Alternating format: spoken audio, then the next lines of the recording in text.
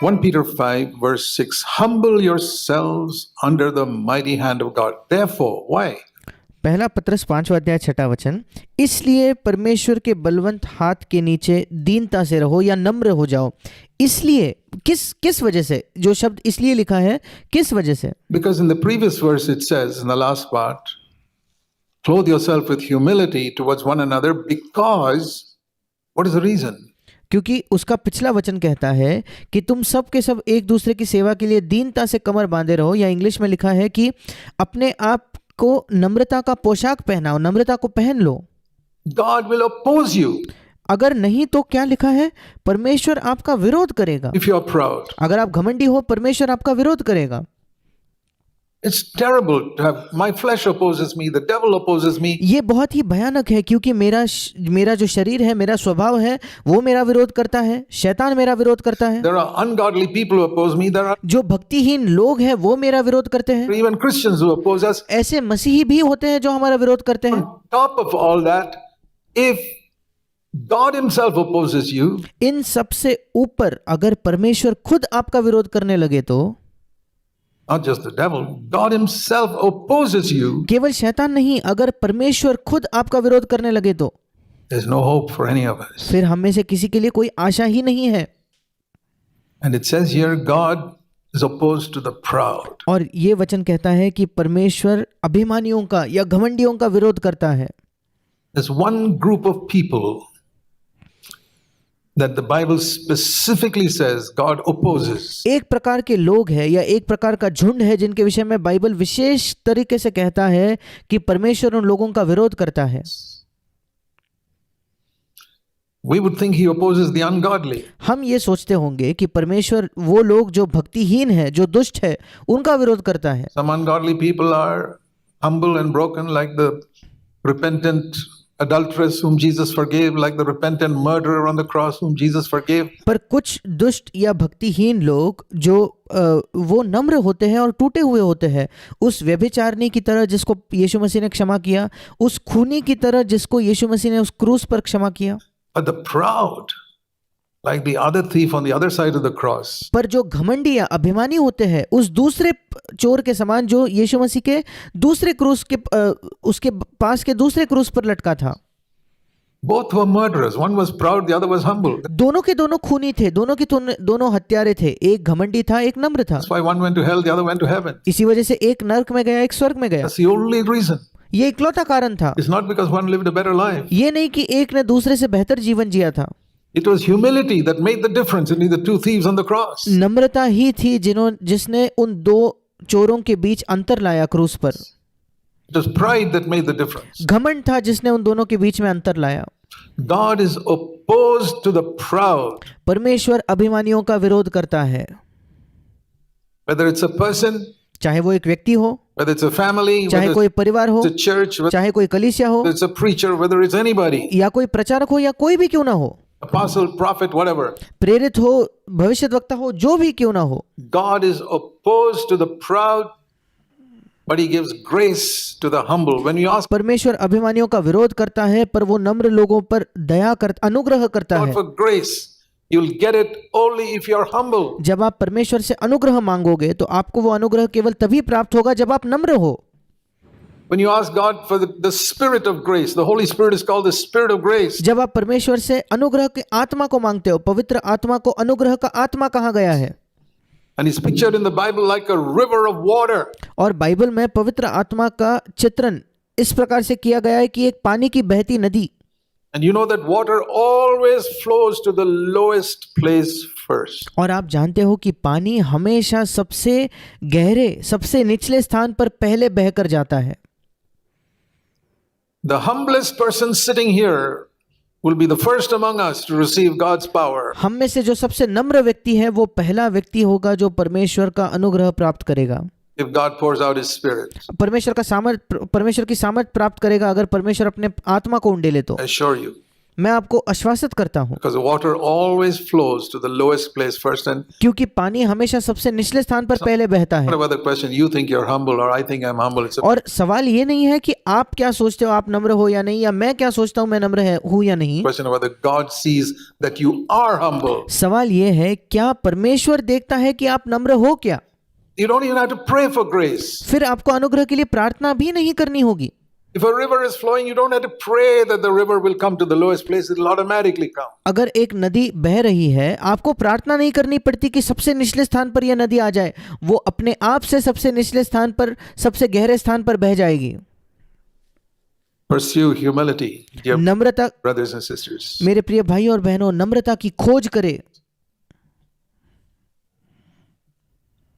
And then what will happen is, और फिर ये होगा, if you humble yourself under the mighty hand of God, अगर आप परमेश्वर के बलवंत हाथ के नीचे अपने आप को नम्र करो तो He will exalt you. Exalt you does not mean that you'll become rich. वो आपको उचित समय पर बढ़ाएगा या ऊंचा उठाएगा।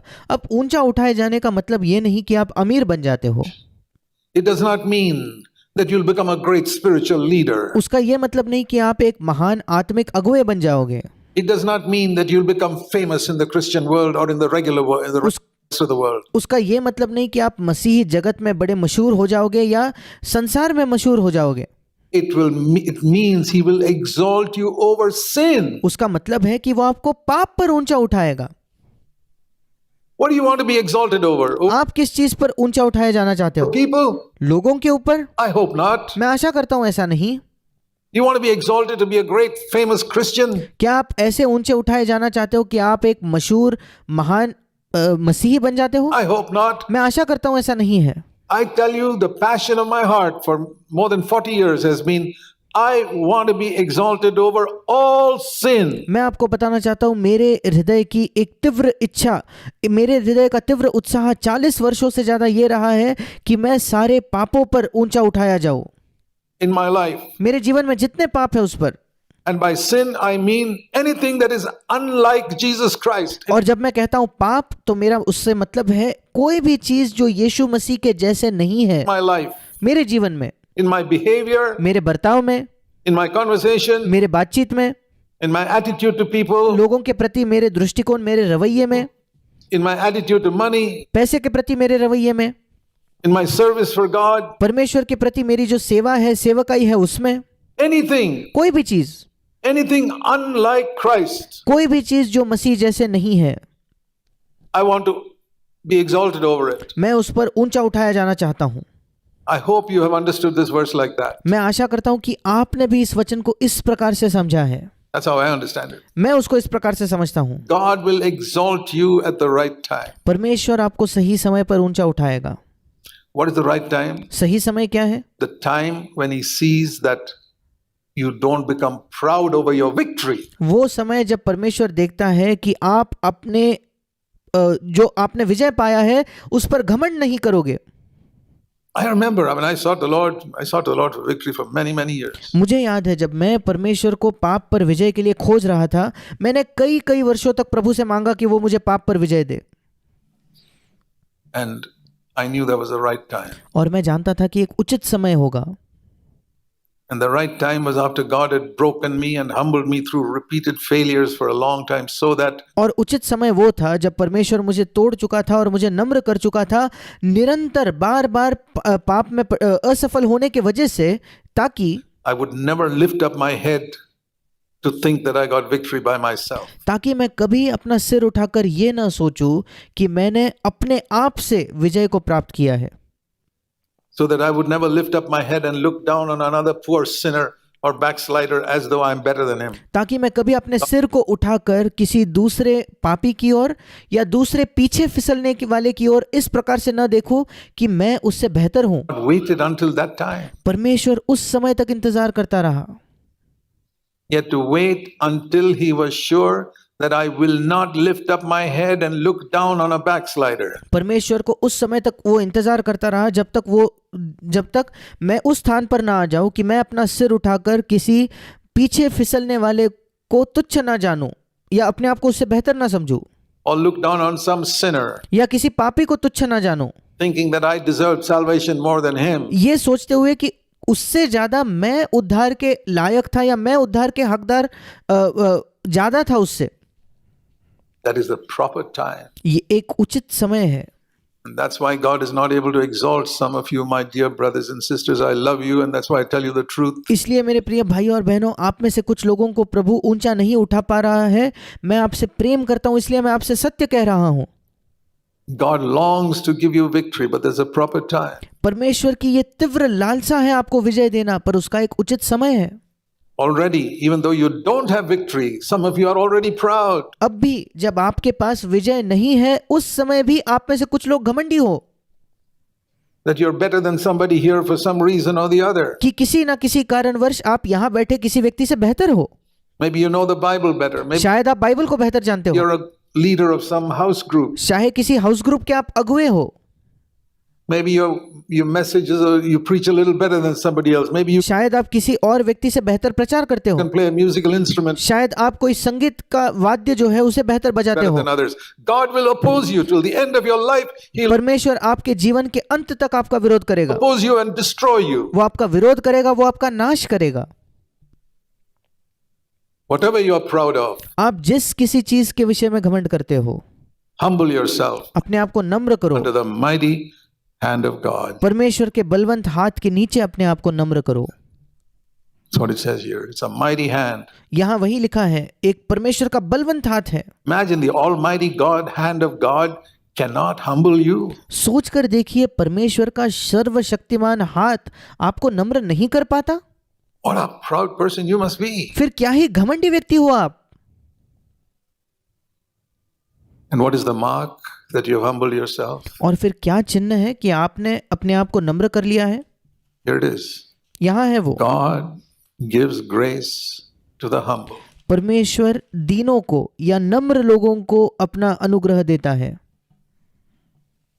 And how do you know you got grace? और आप कैसे जान सकते हो कि आपने अनुग्रह प्राप्त किया है? क्या You know, आप सब जानते the हो verse we have preached for 45 years. वो वचन जिसको 45 वर्ष से हमने जिसका प्रचार किया है, Sin shall not rule over you तब तुम पर पाप की प्रभुता न होगी when you are under grace. जब तुम अनुग्रह के अधीन हो।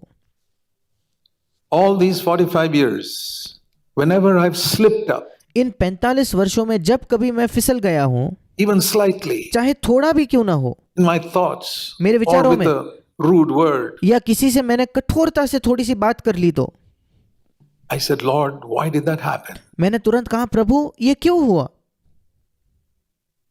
It wasn't some gross sin, some ये कोई बड़ा पाप नहीं था, small slip up. कोई छोटी तरीके से फिसल जाना। Why did that happen? And God क्यों ये हुआ? says, you did not get grace. और परमेश्वर कहता है, तुमने अनुग्रह प्राप्त नहीं किया, Because if you had grace, you would not have slipped up. क्योंकि अगर तुम्हारे पास अनुग्रह होता तो तुम नहीं फिसलते, You would not have spoken that angry word. तुम वो गुस्से का शब्द नहीं इस्तेमाल करते, You would not have done that wrong thing. तुम वो गलत चीज नहीं करते, You would not have got upset with your husband or your wife. अपने पति से अपने पत्नी से आप नाराज नहीं होते। You did not get grace at that moment. उस समय तुमने अनुग्रह नहीं प्राप्त किया। And then I say, Lord, why didn't I get grace? और फिर मैं कहता हूँ, प्रभु क्यों मुझे अनुग्रह नहीं मिला? Lord says, because you were proud. परमेश्वर प्रभु कहता है, क्योंकि तुम घमंडी थे। I give my grace only to the humble. मैं अपना अनुग्रह केवल नम्र लोगों पर करता हूँ। So I learned that many years ago, that और कई वर्षों पहले मैंने ये सीखा, whenever I'm defeated by sin, जब कभी मैं पाप से हारा हुआ हूँ, even the slightest, supposing I find a thought I cannot conquer, छोटा सा छोटा पाप क्यों ना हो, सोच कर देखिए, मेरे अंदर एक ऐसा विचार है जिस पर मैं विजय नहीं प्राप्त कर पा रहा।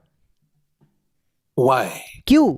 Only one reason, एक ही कारण है, pride. घमंड। You continue to get irritated with your wife, आप अब भी अपने पत्नी से चिड़चिड़ करते हो, irritated with your husband. अपने पति से आप चिड़ करते हो। Only one reason. My brother, sister, don't say she is bad or he is bad. That is not the reason. एक ही कारण है, मेरे भाई मेरे बहन ये ना कहे कि वो बुरा है या वो बुरी है, वो कारण नहीं है। Jesus was surrounded by the most evil people in the world, and yet he never sinned. परमेश्वर यीशु मसीह इस संसार के सबसे दुष्ट लोगों से घिरा हुआ था, उसके बावजूद उसने पाप नहीं किया। Don't say, I've got a wicked wife or a bad husband. No. ये मत कहिए कि मेरी एक दुष्ट पत्नी है या मेरा एक बुरा पति है। Oh, नहीं, you are proud आप घमंडी हो and you did not get grace. That's और आपने अनुग्रह नहीं प्राप्त किया। the only reason you got upset and irritated ये इकलौता कारण है कि आप चिड़चिड़े महसूस करने लगे और नाराज हो गए and lost your temper. और आप गुस्सा हो गए। At least remember that from today onwards, कम से कम आज से इस बात को याद रखें, so that at least you can find a solution for it by going to God and saying, Lord, tell me. ताकि कम से कम इसके आगे आपको इस बात के लिए एक हल प्राप्त हो और आप प्रभु के पास जाकर कह सको कि प्रभु तू मुझे बता, How can I get grace? And so कैसे मैं अनुग्रह प्राप्त कर सकता हूँ। whenever the Lord said to me, it's because you were proud, you didn't get grace. और फिर जब कभी मैं पाप में गिरता और मैं प्रभु से पूछता और प्रभु मुझसे बताता कि तुम्हें अनुग्रह नहीं मिला, इस वजह से तुम पाप में गिरे, And because you didn't get grace, you slipped up there. और क्योंकि तुम्हें अनुग्रह नहीं मिला इसलिए तुम पाप में फिसल गए। The next question I asked the Lord was, Lord, show me where I am proud. अगला प्रश्न जो मैं प्रभु से पूछता था वो ये था, प्रभु तू मुझे दिखा कि मैं कहाँ घमंडी था। And sometimes the Lord would show me something that happened the previous week, और कभी कभी प्रभु मुझे ऐसा कुछ दिखाता था जो पिछले हफ्ते में हुआ था, where God blessed me in some way, जहां परमेश्वर ने किसी एक तरीके से मुझे आशीष दी and I was not quick to give the glory to God. और मैं बहुत तत्पर नहीं था उस महिमा को परमेश्वर को देने के लिए। I felt a little spiritual pride. मुझे थोड़ा आत्मिक घमंड महसूस हुआ I'm ashamed of it. और मुझे उस विषय में मैं शर्मिंदा था। But that's happened so often in the past that now I'm very quick to immediately not touch the glory of God. क्योंकि अतीत में ये मेरे साथ इतने बार हुआ है कि आज मैं बिल्कुल तत्पर हो गया हूं कि मैं तुरंत वो परमेश्वर की महिमा को छूने की भी कोशिश Do नहीं you know करता। when you take credit for something that God did through you, क्या आप जानते हो जब आप श्रेय लेने की कोशिश करते हो किसी ऐसे चीज के लिए जो परमेश्वर ने आपके द्वारा की है, you're touching the glory of God. आप परमेश्वर के महिमा को छू रहे हो, You're touching something that's holy. आप किसी पवित्र चीज को छू रहे हो। And if you did that in the old covenant, you'd be smitten dead immediately. अगर आप पुरानी वाचा में ये करते तो तुरंत आप मार दिए जाते। Uzzah once touched the ark of God. He just touched it. उजा नामक एक व्यक्ति था जिसने एक बार परमेश्वर के उस संदूक को छुआ, उसने केवल छुआ उसे And he was smitten to death. और वो मार दिया गया वहीं के वहीं। Thank God we are under the new covenant. परमेश्वर का धन्यवाद हो कि हम नई वाचा के अधीन हैं। Have you touched the glory of God somewhere? क्या आपने कहीं परमेश्वर के महिमा को छुआ है क्या? Have you taken credit for your well-behaved children? क्या आपने अपने अच्छे बर्ताव करने वाले बच्चों के लिए श्रेय उठाया है क्या, खुद लिया है क्या? God have mercy on you. परमेश्वर आप पर दया करे। Have you taken credit for the way you have prospered in your work or grown spiritually? God have mercy on you. क्या आपने कभी श्रेय लिया है कि आपने अपने काम के जगह कैसी उन्नति की है या अपने आत्मिक उन्नति के वजह से आपने कभी श्रेय लिया है क्या? परमेश्वर आप पर दया करे। Do you look down on others, क्या आप दूसरों को नीचे देखते हो, उन्हें तुच्छ जानते हो? thinking that you're better than them, क्या आप ये सोचते हो कि आप दूसरों से बेहतर हो? instead of recognizing that it is God's mercy that's made you what you are? ये पहचानने के बजाय कि परमेश्वर की दया है जिसने आपको वो बनाया है जो आप आज हो।